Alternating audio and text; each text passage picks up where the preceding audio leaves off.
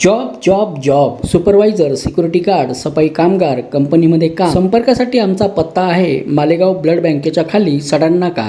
आमच्या न्यूज चॅनलला लाईक करा, शेअर करा, सबस्क्राईब करा आणि बेल आयकॉनवर क्लिक करा.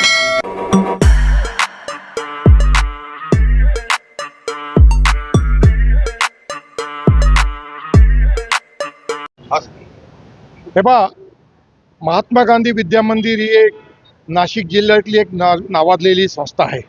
त्यामार्फत नाशिक जिल्ह्यात अनेक शाळा चालवल्या जातात. विलास दिगंबर पगार या नावाच्या एका शिक्षकाने मालेगाव कॅम्प पोलीस स्टेशनमध्ये फिर्याद दिली की त्याने व्यंकटेश कोऑपरेटिव्ह बँकमधून 7 लाख रुपयाचं कर्ज घेतलेलं होतं आणि त्या कर्ज रकमेची तो वेळोवेळी परतफेड करत होता. तो व्यंकटेश कोऑपरेटिव्ह बँकमध्ये त्याची चौकशी करण्यासाठी गेला असता त्याला ते सांगण्यात आलं की तुमचं दुसरंही एक 14 लाख रुपयाचं लोन अकाउंट आहे.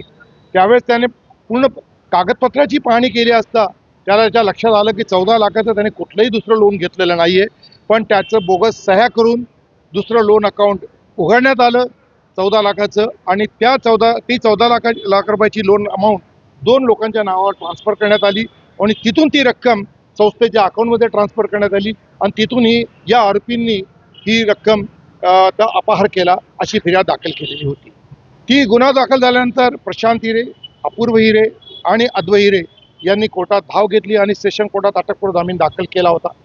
त्या अटकपूर्व जामीनला आम्ही विरोध केला आणि मी या विलास बच्छाव मार्फत कोर्टाला सांगितलं की अशा परिस्थितीमध्ये हा इकॉनॉमिक ऑफेन्स आहे, याची व्याप्ती खूप मोठी आहे आणि याचा सखोल तपास करणे खूप आवश्यक आहे आणि हे लोक सर्व पॉलिटिकल बेसचे लोक आहे आणि अशा परिस्थितीत यांना अटकपूर्व जामीन तुम्ही मंजूर केला तर तपासावर त्याचा खूप मोठा विपरीत परिणाम होईल आणि तपास थांबून जाईल.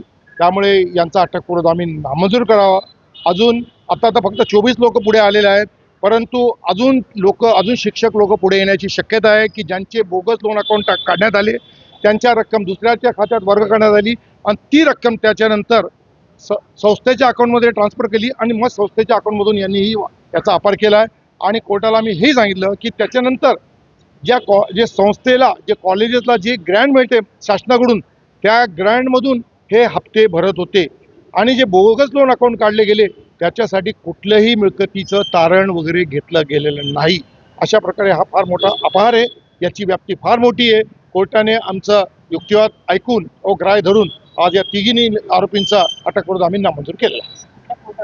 हे सेशन कोर्ट पाटील साहेब म्हणून सेशन जज त्यांच्या कोर्टाने हा जामीन अर्ज फेटाळला त्याचा.